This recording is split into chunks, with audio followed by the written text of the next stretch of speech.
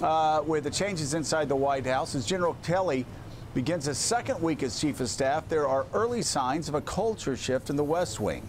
The Wall Street Journal reports that Kelly has moved quickly to end the unchecked flow of paperwork crossing the president's desk, and he's even instituted a new and more formal process for meeting with the president of the United States. He's restructured the staff by putting Jared Kushner and Ivanka Trump directly under himself instead of the president.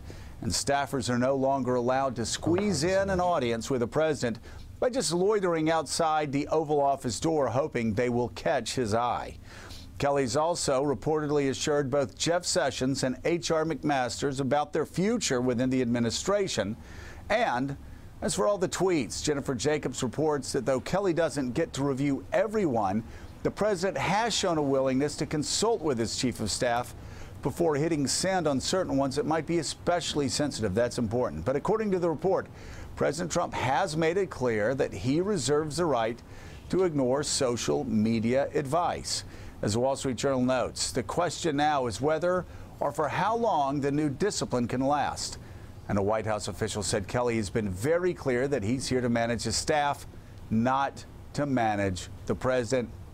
And that is so important because so many people are saying, we'll see if John Kelly works or not.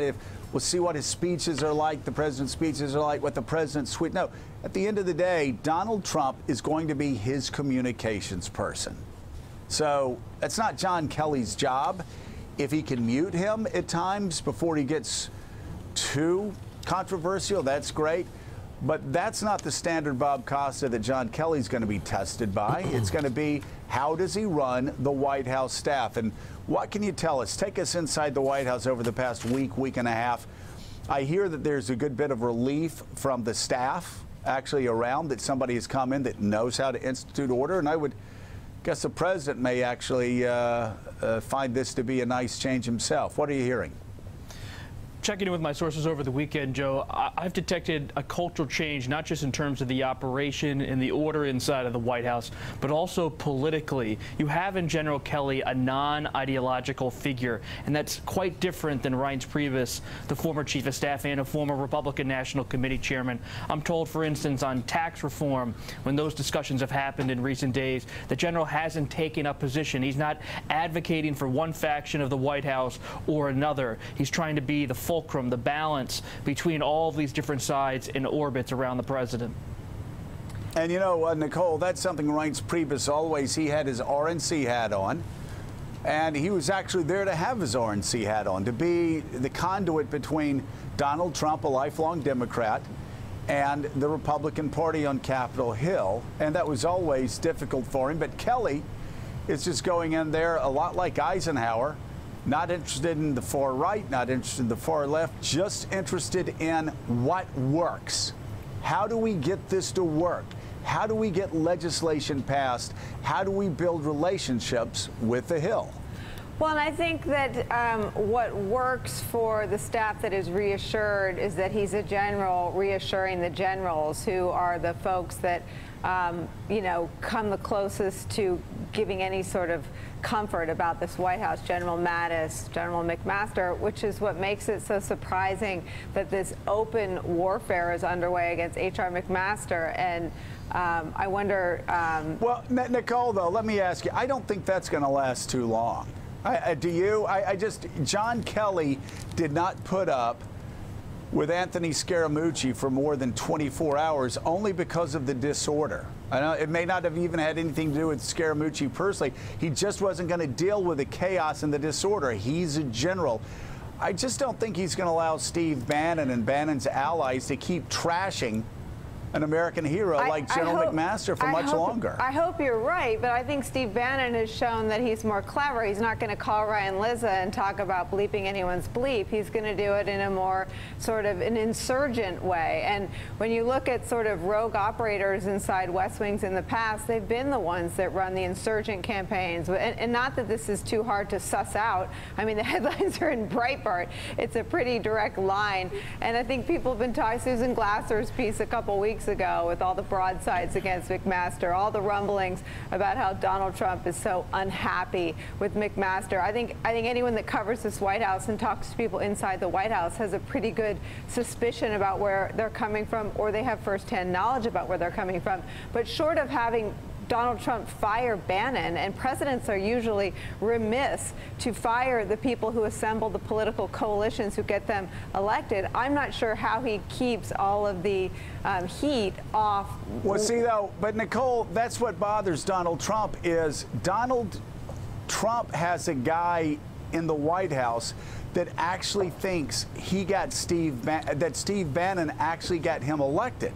And I know people think that when I mock Steve Bannon for thinking that he got Donald Trump elected, they think I'm trolling him. Steve Bannon didn't come onto this campaign until relatively late in the campaign, and yet Bannon's running around going, well, he can't get rid of me because I'm the one that helped get him elected. He can't get rid of me because I'm the one that told him how to appeal to working class whites. So Donald Trump was doing that long before Steve Bannon went to work for the Trump White House. I mean, you're right, but then I guess why is he still there? I mean, if he didn't assemble the coalition that got him elected. It's a good question. And all of the controversies and all of the things that repel a broader coalition than the 38% that are squarely behind Donald Trump are associated with Steve Bannon, white nationalism, the Breitbart baggage. I mean, all of that has its, you know, sort of birth father, if you will, in Bannon and Bannonism. Well, also in fairness, I mean, Bannon is as responsible as any other staffer. Hey, Bob Costa. Oh, I'm sorry. Bob, we'll go to you next. But, Bob, it's not 38%. Now it's 33% that Steve Bannon has brought the president's approval ratings to. Go ahead, and then we'll take it around the table. Real quick, Joe, I think when we talk about the fight between General McMaster and Steve Bannon inside of the White House, it's more than personality. This is about the future of U.S. policy in Afghanistan. Is the United States going to have a bigger footprint there or not? Is it going to continue to have certain troop levels or not? And that is a real tension. And I think one of the reasons Bannon remains, in spite of these controversies and in spite of some tensions at times with elements of the president's circle, he's seen as someone who echoes the president when it comes to Afghanistan. I think the president, based on my reporting, likes being not only that kind of voice in these discussions. Joe, I think that, you know, Steve Bannon, as much as anyone else, is responsible for President Trump. You know, the person who wins is the person who wins. You know, the strategist is never the most important part.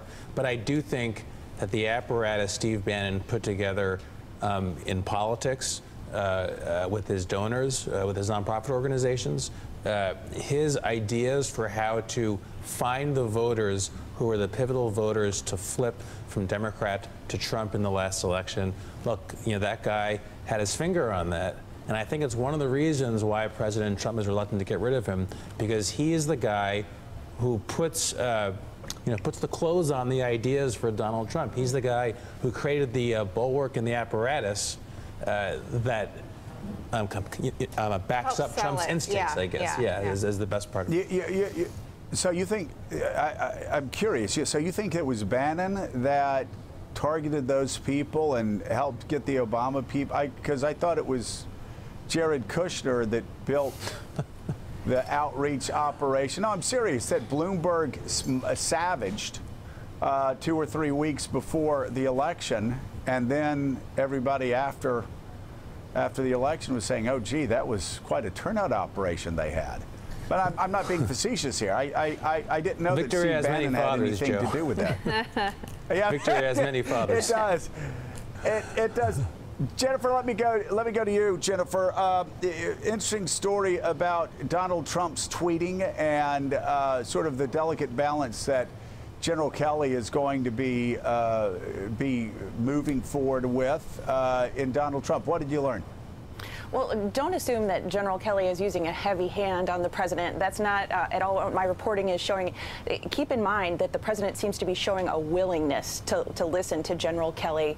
Reince Priebus, the former chief of staff, tried to instill some of the same order, tried to close the door in the Oval Office, tried to control the flow of information onto that desk, onto that Resolute desk, and Trump was resistant to it. Reince Priebus was never fully in charge. What we're seeing change here is a willingness from the president to listen to General Kelly and he's been willing to look at that, run tweets by him, and Kelly is not discouraging him from tweeting. In fact, he's been introducing some tweet ideas, trying to steer Trump into driving a narrative a little bit. All right, so we've got some Trump. Thanks for checking out MSNBC on YouTube, and make sure you subscribe to stay up to date on the day's biggest stories. And you can click on any of the videos around us to watch more from Morning Joe and MSNBC. Thanks so much for watching.